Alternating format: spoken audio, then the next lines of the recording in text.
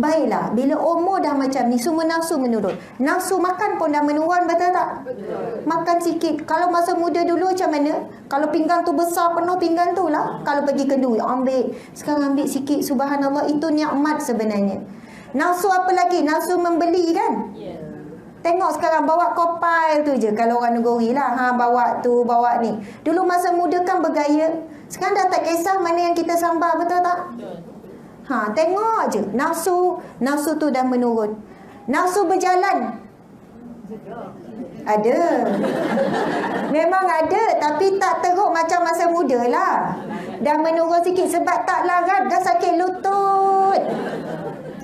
Subhanallah. Sakit lutut di usia tua macam ibu-ibu ni satu nikmat. Bayangkan kalau lutut tu tak sakit, tak sampai kuliah ni.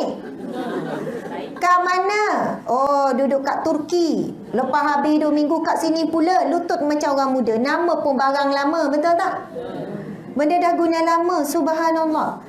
Kenapa? Bila sakit lutut, dia dilihat nikmat, kurang-kurangnya ada lutut untuk rasa. Ramai mana orang tua, umur sebaya dah kena potong, betul tak? Kecil manis, tak ada lutut. Dah hilang terus. Tapi nak sebutnya sakit lutut tu ibu-ibu sekalian membuatkan kita tak berjalan jauh. Akhirnya sampai kita di rumah Allah, masjid. Anak ajak berjalan, tak apalah kau pergi lama tak larat. Daripada mak duduk kat rumah, baik mak pergi masjid. Akhirnya sampai kat masjid. Kalau tak sakit, segar macam orang muda, kejap rumah anak tu, kejap rumah anak ni. Kejap pergi sana, kejap pergi sini. Rupanya Allah bagi kita sakit supaya kita berdiam di rumah Allah lebih lama. Saya nak tanya, dengan waktu muda dengan waktu sekarang, mana lagi lama duduk atas tikar sejadah?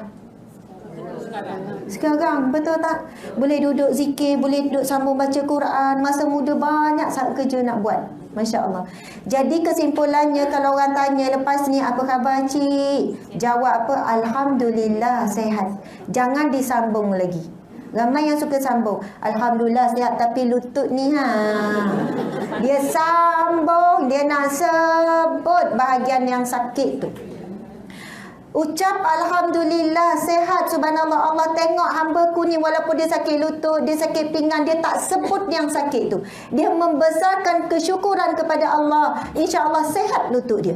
Tapi yang selalu dia sebut lutut ni sehat ustazah, sehat orang tua. Dia nak juga tambah. Yo acik memang dah tua, cik tak payah cakap. Kan Allah berfirman, la in syakartum la azidannakum. Sekiranya kamu bersyukur, pasti aku akan tambah nikmat kepadamu. Wala in kafartum, sekiranya kamu kufur dengan nikmat Allah, inna azabi lasyadid, sesungguhnya azabku amat pedih. Takkan hujung-hujung usia kita nak lagi memiliki lidah yang suka mengeluh. Kalau kita nak adil dengan Allah, orang tanya, apa khabar cik? Alhamdulillah sehat. Lutut je sakit, mata sehat, hidung sehat, mulut sehat, telinga sehat, tangan sehat. Kena sebut bagi yang sehat. Tapi kita tak sebut, kita hanya sebut, mention, sebut-sebut yang sakit. Pinggang ni ini ni tak boleh nak duduk lama. Kalau orang tanya, kita nak ucap syukur tu bukan sebab manusia, kerana Allah. Alhamdulillah sehat, cik sehat. Walaupun tengah duk tahan sakit tu. Saya jumpa ramai yang begini, ibu-ibu sekalian. Jemaah saya di Seremban terutamanya, yang saya tahu meninggal. Saya tanya jemaah lain, dia meninggal sebab apa? Ustazah, dia ada 4 kanser. Saya tak tahu pun selama ni. Kalau saya tanya, Alhamdulillah sehat. Tak pernah cerita, ustazah tolong doa, saya kanser. Berapa orang jemaah saya, orang tua yang saya tahu dia meninggal dengan kanser. Tapi dia datang pula, dia gagahkan diri ustazah. Dia cuba senyum. Orang pun kan, ramai yang tak tahu dia sebenarnya sakit kanser. Tapi bila saya pergi ziarah, saya tanya anak-anak dia, saya tengok muka dia, saya tengah cerita kematian dia. Bila akhir kematian dia boleh ucap kalimah La ilaha illallah. Bukan mudah ya. Sebab ramai orang kita, orang Islam kita, walaupun orang soleh, meninggal kadang-kadang tak boleh ucap La ilaha illallah. Sebab itu para ulama ada sebut 4 khazanah ahli syurga Allah subhanahu wa ta'ala. Ciri-ciri ahli syurga Allah, dia mampu merahsiakan sakit. Sakit dirahsiakan, jadi rahsia dia dengan Allah. Dia tak nak sebut-sebut, tapi depan doktor kena cakap lah. Takkan jumpa doktor, ya makcik ada apa? Rahsia dengan Allah. Habis tu saya nak tolong makcik sakit bahagian mana, biarlah rahsia cik dengan Allah. Dah jumpa doktor, wajiblah bagi tahu sakit bahagian mana-mana. Yang jadi masalah kita ni nak disebut-sebut pada semua orang supaya orang tahu semua kita sedang sakit. Sedangkan Nabi pernah pergi ziarah Al-Ummul Ala. Ketika Ummul Ala sakit, wahai Ummul Ala, sesungguhnya seorang hamba itu bila sakit lalu dia sabar dan redha, dia berjalan atas muka bumi Allah tanpa dosa. Masya Allah. Jadi yang pertama tu, kalau berjaya menyembunyikan rasa sakit. Yang kedua, menyembunyikan musibah. Kita memang ada ujian, kita ada masalah. Ada orang tak nampak dia ada masalah, senyum je orang kata dia tu tak ada masalah, lepas tu ceria je. Mungkin dialah orang yang paling banyak masalah, tapi dia berjaya menyembunyikan daripada manusia. Dia jadi rahsia dengan Allah. Tapi kalau pergi balai polis tanya apa ni, nak report apa, rahsia. Tempat dia wajib kita buka lah masalah kita. Datang mengadu Jabatan Agama masalah, nak pergi ngadu dekat balai polis sebab suami pukul sepak terajang, wajiblah buka cerita. Ini kadang habis dihebohkan sedangkan orang tak boleh nak membantu, betul kan? Yang ketiga, menyembunyikan amal soleh. Masya Allah. Bukan senang kita nak sembunyikan amal soleh. Paling susah kita nak sembunyikan dengan suami masing-masing. Dah bangun malam, sedang elok dah ni. Suami tak sedar kita bangun solat, nak rahsia dengan Allah.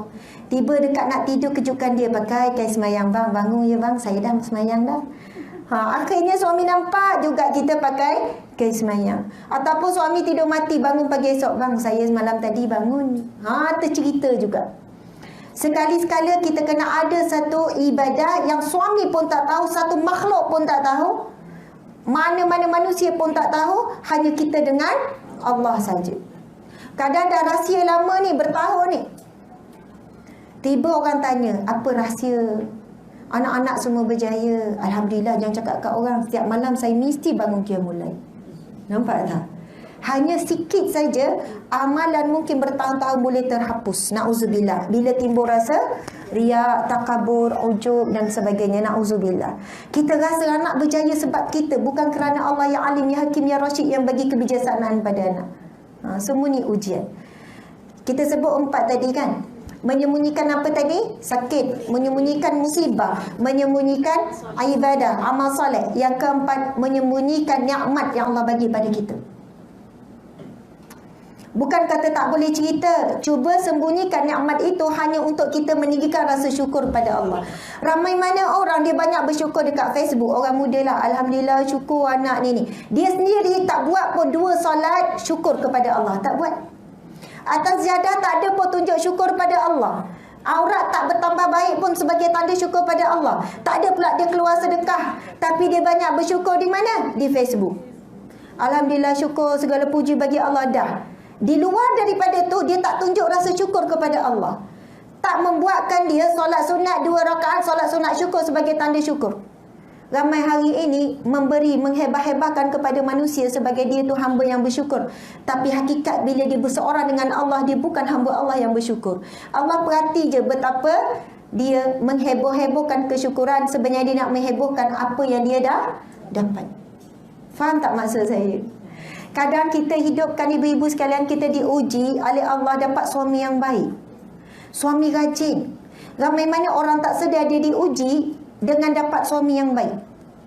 Akhirnya dia selalu memuji-muji suami dia depan orang lain. Alhamdulillah, Allahu Akbar. Kadang dia sebut kan, Alhamdulillah suami saya lah yang buat, kalau ke rumah suami saya semua.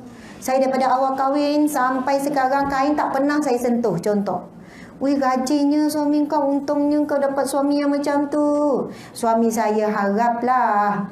Tiba-tiba buka aib suami pula. Na'udzubillah. Rupanya dapat suami yang baik, ujian yang lebih berat daripada dapat suami yang kurang baik. Sebab apa? Kita akan teruji berbangga-bangga dengan kebaikan suami. Akhirnya kita rasa kita riak, kita takabur, kita ujub, kita rasa kagum dengan diri kita. Kita kagum dengan kelebihan yang Allah bagi kepada suami kita. Sebenarnya dengan kelebihan yang Allah bagi, meningkatkan rasa syukur kita kepada Allah Subhanahu Wa Taala. Boleh bercerita, tengok orang, betul tak? Bukan semua kita nak cerita bahawa kita ni bertuah dapat suami sekian-sekian. Cukuplah jadi rahsia kesyukuran kita kepada Allah Subhanahu Wa Taala. Masya Allah.